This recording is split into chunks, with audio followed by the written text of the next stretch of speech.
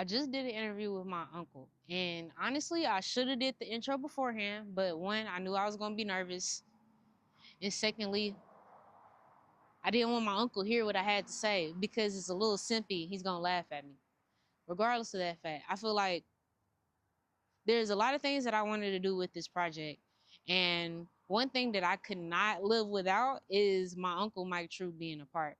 Not just because he was a rapper in Nashville and like has witnessed the Nashville scene grow over time, but also because like he's the best historian I know on the topic. He witnessed everything and sometimes he can be opinionated, but it's always a pretty good opinion. Like is what he's seen. He's seen a lot when it comes to Nashville rap scene. But also, just on the flip side of things, to give you more of detail on what's going on, this project, outside of it just being like something monumental for growth, is also like just a cool moment for Nashville. It's not just about me, it's not just about the artist or the other people involved on the back end. It's about like really trying to push past the, I guess, in a way, like curse of Nashville rap. Like it doesn't go far. It can like you get that one song, maybe even those 1, 2 songs, and then you kind of get just lost into the dust, lost into the atmosphere. And like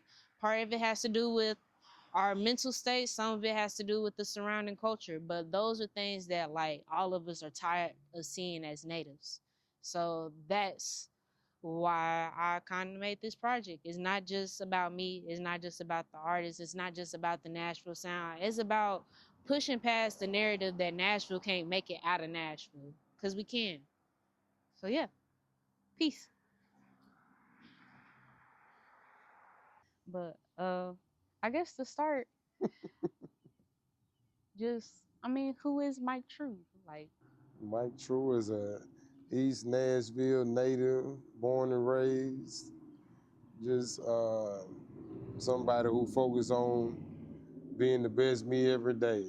So that ain't no definition for me. My definition is present. So whatever I need to be in the moment is what I become. understood. Yeah. Okay. So earlier we were talking about just Nashville rap scene starting out, and you gave some great insight. But just to, I guess, bring it back to where the camera actually and the people that's watching get to Mm. actually understand what you were talking about earlier. Could you explain what did Nashville's rap scene look like starting out? Well, the very first rapper, as far as I know it, in Nashville, Tennessee, was Walt D. and the Blow Pop Crew. Like he was the first rapper that had like the first like hit song here, and this was like I think in the '80s or something. And then the first two rappers to get major deals was Boogie and Big Pistol. So they signed major deals back in the '90s. Pistol ended up signing with Eazy-E, but when Eazy-E passed away, the his people who took over the estate only kept like busy the what is it, the Bone Thugs and Harmony, and like local artists that was on the label. They got rid of everybody else, but and then Buck had signed a major deal before then, All Star. But I was saying to you, most people in Nashville, you don't make it in Nashville. Like everybody who done ever had a major deal or did anything major, it didn't happen in Nashville. Like you might have some local motion and be able to sell out clubs and pull a few groupies, but as far as getting deals and major placements and stuff, Buck made it in New Orleans, All Star made it in Memphis, or Starlito made it in Memphis, Pistol made it in L.A. So everybody makes it outside of Nashville. Nashville tend to me what I call we like a piggyback state. Like we gonna piggyback on whatever the wave is instead of being trendsetters. And I think that's what our ultimate downfall has been in the music industry. We ain't really set our own tone. I think Jelly Roll is one of the only people who really setting the tone for what Nashville is, but it ain't even with the rap. You know what I'm saying? He done transitioned in the country, although he started in the rap industry. You know what I'm saying? Like that's where he made his first impact. And even with Jelly Roll, I remember him being 16 years old. He wasn't called Jelly Roll. he used to call himself Kamikaze. You know what I'm saying? He used to just freestyle. But I met him in Antioch back when I was like 18. He was like 15 or 16. And then he started winning all those rap battles at the Outer Limits, and then won that record deal with Jazz with Cross Track Records. Got like 5,000 in the record deal, and they put out there Gambling on a White Boy. And then that led him to messing with what was it, Street Flavor, and with E-Mac and Sonny and them over there. So it was like he just kept grinding, and he realized that, you know, Nashville ain't really got a thing, so he created a thing, you know what I'm saying? And now he got everybody trying to be country rappers or country hip hop or something, you know what I mean? Yeah, like it's becoming a new thing now. So it's definitely the wave. yeah. So just to piggyback off the fact that Nashville doesn't necessarily have sustainable growth here, what do you think stops us from like actually pushing people out of Nashville versus from going to other states first? In one word, hatred. Yeah, I mean, that's the best way I can describe it. People, from my understanding, is we like, because I used to live in Atlanta and I watched how Atlanta worked. I used to stay in Memphis. I know Kingpin, Skinny Pimp, and Criminal Man. I know a lot of people in the rap scene, Tom Ski Mask from back in the day in Memphis. And the Memphis philosophy is Memphis mess with Memphis. So when somebody is hot in Memphis, they getting played in Memphis. Like, they ain't looking for the world to break their records. They already popping. By the time we heard of Glow and Moneybag Yo Gotti, anybody that you seen come out of Memphis that made a name, by the time they made it to your ears, they were already popping in Memphis. They were selling out clubs. They were all over the radio. So Nashville, we are like our charter with the media, in like we don't, with Clear Channel, we play what's popping. We don't have a segment for our city. And Dola White and Scoopy was somebody that used to bring. There used to be another on 92Q is a dude named man, what's his name? Damn, I can't. Rick Walker. It was Rick Walker. Rick Walker used to have a segment where he shined on local artists, and Quanti Cash used to actually do his intro for the, you know how they do the intro for the show, Quanti Cash, they used to do his intro for it. And Rick Walker used to give us a little bit of love, but it was more still, they didn't play you because you were popping. They played you if you paid them. You know what I'm saying? So, which I recently learned that's illegal. it is, but back then, everything that illegal don't mean that it don't happen. Sure. Like, it's illegal to do a lot of stuff in the music industry, but it's one of them, either you do it or you don't get it. So I still can deny you. You know what I'm saying? So they used to, you know what I mean, do a lot of that, but it's like, if you really, really got the pop, and they'll mess with you. But everybody else trying to break a record, you used to have to pay DJs for that. Like DJs in Memphis, you hand them the song, if it's bumping, they finna bump it. You hand it to them in Atlanta, if it's bumping, they gonna bump it. In Nashville, a lot of the DJs act like celebrities. You know what I'm saying? So to me, it's a lot of gatekeeping, it's a lot of hatred, it's a lot of division, and it's a lot of fake celebrity energy going on. And the way the universe operates is, if you think you already got everything, it ain't nothing for me to give you. So nobody operates in the energy of openness of, I'm still trying to gain. People get one little popping song and start walking around like, don't talk to me. And people get to calling them like, hey, I want to get you on this, I want to get you on that. So everybody that got the popping, they used to hop on any record they could get on. And they don't care what it was. They doing it for free. They doing it for $50, $100, anything, because that's motion. You know what I mean? And they are, if you know you finna kill it, like, you gonna take over whoever song you get on. You know what I mean? That's why J. Cole, he already knew, I'm hopping on whatever, because I already know you gonna give me the exposure, because I'm gonna murder you on your own song. So people don't see it as free marketing by actually just hopping on music that's local. And if you, and what you do is, like, take for instance, you got a verse that's super, super dope. If they didn't pay for it, you can still sell that verse later on. You know what I'm saying? I know artists who took verses off of songs with local people and put it on major albums. You know what I'm saying? Like, even with All Star, with that, I'm on that Grey Goose. If you know that, it used to be a dude named Villain and SK. They was on the original Grey Goose song. You know what I'm saying? So it was a group that was together. It had the dude named Lil Chine, the Chinese from Lishi. He the one introduced Lido to the L Block. You know what I'm saying? So it's a lot of stuff that go on behind scenes that, like how everybody know Jelly Roll now. Jelly Roll was behind the scenes in the streets for a long time before he made his mark. You know what I mean? He earned everything he got going. It's a lot of artists who done worked like that, but Jelly Roll would literally hop on anybody track. Like he was one of them, and you see him using that philosophy. That's what worked. You see what I'm saying? So if they not being known because they get to feel in a certain type of way and want a local person to pay you thousands of dollars, bro, you ain't even really got no motion. You know what I'm saying? You got dope money, and you letting your dope money and your little fake likes make you think that you already popping, and you don't go nowhere. It's so many movements that didn't go nowhere because they were sitting there spinning their wheels pretending to be celebrities. Sure. So when it comes to like the so many movements, what is something like Nashville? We have a lot of rappers that's either falling or falling off. Like, what is something that you were like, dang, I really wish that would have actually pushed through? Man, it's a lot of them. You know what I'm saying? I remember like back in the day, man, it was Strike One Records, a dude named Chris Kane. Chris Kane was a before his time. He was like the Kanye of the city. Like Chris Kane was a producer that was, man, it's a dude named Tim Hill. Man, amazing producer, man. It's a lot of people who were doing major stuff, man. It was a group called Straight Drop. They had a lot of motion, you know what I mean? And they just stayed local with it, you know what I mean? They may have did things other places, but it just never really translated into nothing big. It was a group like when the original group that I ended up rapping with in the beginning, back in the early 90s, in the late 90s, was a group named Apprehended. It was a dude named Big Donnie, Teflon Don.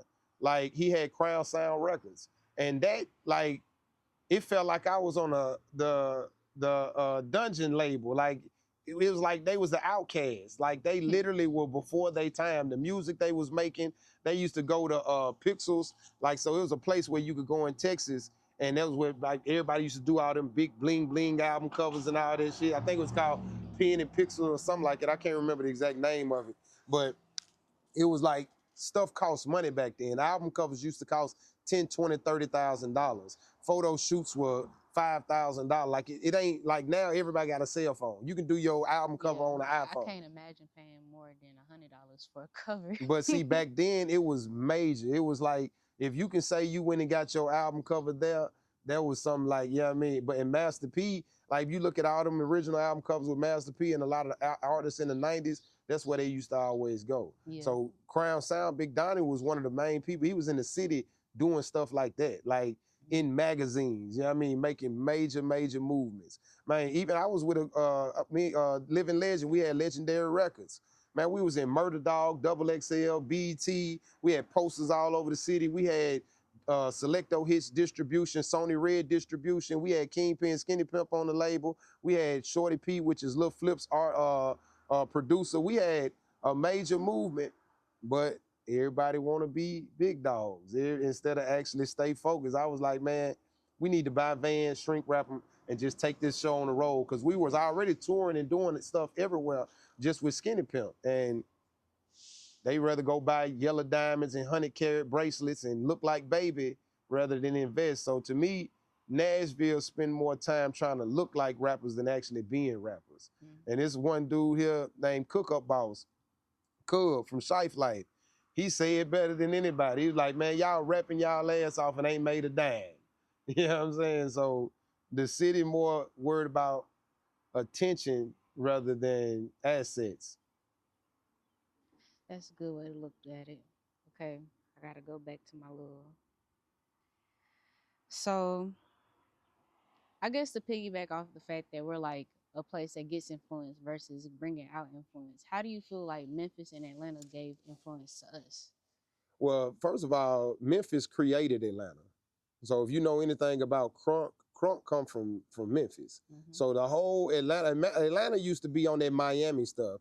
Shake that booty, that Luke type stuff. Yeah. Pop that booty out there. They used to be on that little freaky deaky, you know what I'm saying? Tootsie Roll. That's what type of stuff they was on. Like even now how they trying to say trap, that ain't come, that's some later on type stuff. So Atlanta has just been very good at taking something, manipulating it, and creating their own space with it. But Memphis created, like really Memphis pushed the whole crunk, the whole, you know what I'm saying, Southern gangster rap movement. Like a lot of that come from Memphis, from 3-6 Mafia, Gangsta Black, what's his name? Player Fly, Kingpin, Skinny Pimp, Criminal Main, Young Key, Tom Ski Mask, what's that other dude name, man? Man, there was a lot of them, but so, man, Lil Chat, Gangsta Boo. So like a lot of the people from there, they like created the wave that even like Bone Thugs, that's why they used to always be, like back in the day, Bone Thugs used to beef with 3-6 Mafia, because Cleveland was still in, like they influenced the world. If you asked, I seen Ludacris say it before, that, you know what I'm saying, Kingpin Skinny Pimp influenced them. Gucci Man done said it before. Kingpin Skinny Pimp influenced me. But so these people give credit knowing that Memphis helped build what they doing, like that Gig Crunk, that come from Memphis. That don't come from no Atlanta. So I think Atlanta just did really good with networking and building together. You know what I'm saying? Like they supported their own. Okay. And that's what made them have a good movement. But Memphis was just is a whole nother monster they self. Like Memphis is a whole country. You know what I'm saying? By itself. It is. It sure. Yeah, definitely is. Okay, so switching gears, I have a project. I haven't let you listen to it quite yet. But when it comes to collaborative efforts and like artists working together, is that's what this is. It's a 13 artist project, all of them from Nashville, all beats made by me for once. So, and then we just all came together and recorded it all at one time. So stuff like that is becoming pretty common when it comes to Nashville as a whole. And there are certain groups of people that actually want to work together. It just doesn't look like how our rap scene looks right now, if that makes sense. What's the best way to, yeah, like the music that you would actually want to promote versus the music that's being promoted, it's just, there's not much similar. What's the best way to put it? What would you say? Yeah, what would you say about the climate of Nashville's like popular rap scene at this moment? Well, I see the shift happening, and I do hear about all these new artists that's actually, you know, making waves, doing shows, pushing it from a local standpoint. So it is like Chuck Indigo. It's a lot of artists that I done heard about that's doing stuff and making movements. So I believe that y'all the generation that can shift the hatred. Like y'all can create a new platform for Nashville to stand on and actually understand what it's like to work together. Like we see this brother right here, he filming, you know what I'm saying? You making beats. Like y'all create that collective, y'all become the names that make that transition, because my generation failed. You know what I'm saying? My generation was caught up in the drug game, you know what I mean? So it was really that it wasn't even about the art. It was about the money. I come from the bling bling era. I come from the Master P, Mr. Ice Cream Man era. That was the first man that actually monetized music. Like a lot of people don't give him enough credit. He figured out a way to actually turn music into the dope game. Yeah. That's incredible. People weren't making money off of music like Master P. Yeah. Like, yeah, you didn't hear about $1 million artists like strictly off of selling mixtapes. Man, I was back in the day, man. I'm gonna tell you, all them niggas was broke. Everybody who y'all used to look up to, I ain't finna name no names, cause I ain't finna be no hater, but all them rappers was broke. Everybody was broke. I remember because I was with the Dope Boys, so I remember being there and watching them, you know what I'm saying, looking for a dope boy to help fund their movement, you know what I'm saying, or help pay for them to take care or look like they something. I was using, even I will say Cash Money. Like back in the beginning, Cash Money wasn't, them cars wasn't Cash Money cars. Them was a lot of Nashville dudes' cars. Them Rolexes and stuff, that wasn't they stuff. You know what I'm saying? There's a dude named T-Mac from South Carolina, Chucktown.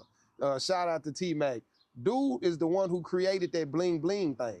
You know what I'm saying? I know they gonna say, well, New Orleans was doing this, and New Orleans used to go travel around, and you let New Orleans tell it, they was pulling hustles and shucks. You know what I'm saying? Like, why you think Baby named the #1 stunner? What is it when you stunt? See, they made stunting make it seem like you riding rims. Stunting mean you faking it till you make it. Yeah. You see what I'm saying? I mean, they got a whole song about it. What's the name of that song? Still Fly? Yeah. Yeah, So, like if you actually listen to the lyrics, it's them talking about how they broke and they gotta but like, you see what I'm saying? But you know, it worked. So back in the day, it was about money. You could be rapping your butt off, but if you didn't have no money, they wasn't messing with it. You know what I'm saying? Yeah. Like you couldn't just shoot you a video on your iPhone and post it. Although they used to have the BET Uncut or BET After Dark type of situation where they used to, you know, let you put them little bootleg videos on there, but people really wasn't messing with it. Then there used to be something called the box. You know what I'm saying? So I think it's jukebox or the box. Like you used to have to call in and pay like 99 cents to have a video play. So you could watch videos only if somebody called in to play the video. You know what I'm saying? wow. That's where I first heard it's the thuggish ruggish bone. And then Pistol used to have a song riding in my 6'4" or something like it, that was bumping. And you call in on the box and then it'll play the video. Once it go off with nothing playing until somebody else call in and pay for a video. Oh You wow. know what I'm saying? I just learned a lot so quick. Yeah, but so like I said, for y'all though, y'all got the world at y'all fingertips. Y'all can literally create with your iPhones. So you can make beats. Like my son record with his tablet. You know what I'm saying? I forgot what the little program he got. Loud. Something like that. I just know that he literally records songs, get beats. You can make beats. Like you can do. We had what they call Fruity Loops back in the day. So a lot of that, like Fabo and them D4L used to have a lot of Fruity Loop beats and stuff. So it's just like now y'all literally can change the game because y'all don't need like when we used to put music out, we used to have to press CDs, we used to pay for CDs, we used to have to pay for promotion, pay for flyers, travel around. Nobody would know about it if we didn't go there because we couldn't post a text and now the world see it. So y'all can literally change the game because it's cheaper to market in this era. Like literally you can market on social media for free. You get enough followers, then you literally can get paid for marketing your whole team. You know what I'm saying? So y'all literally got the tools in y'all hands to change the game and build the new Nashville rap scene. But what I will say though is that everybody that think they gonna be a part of it can't be a part of it because everybody don't got talent. True. And see, that's the problem. A lot of people got confidence, but they ain't got talent. So it's like, yeah, you cocky, yeah, you look good, you sound good, but you trash.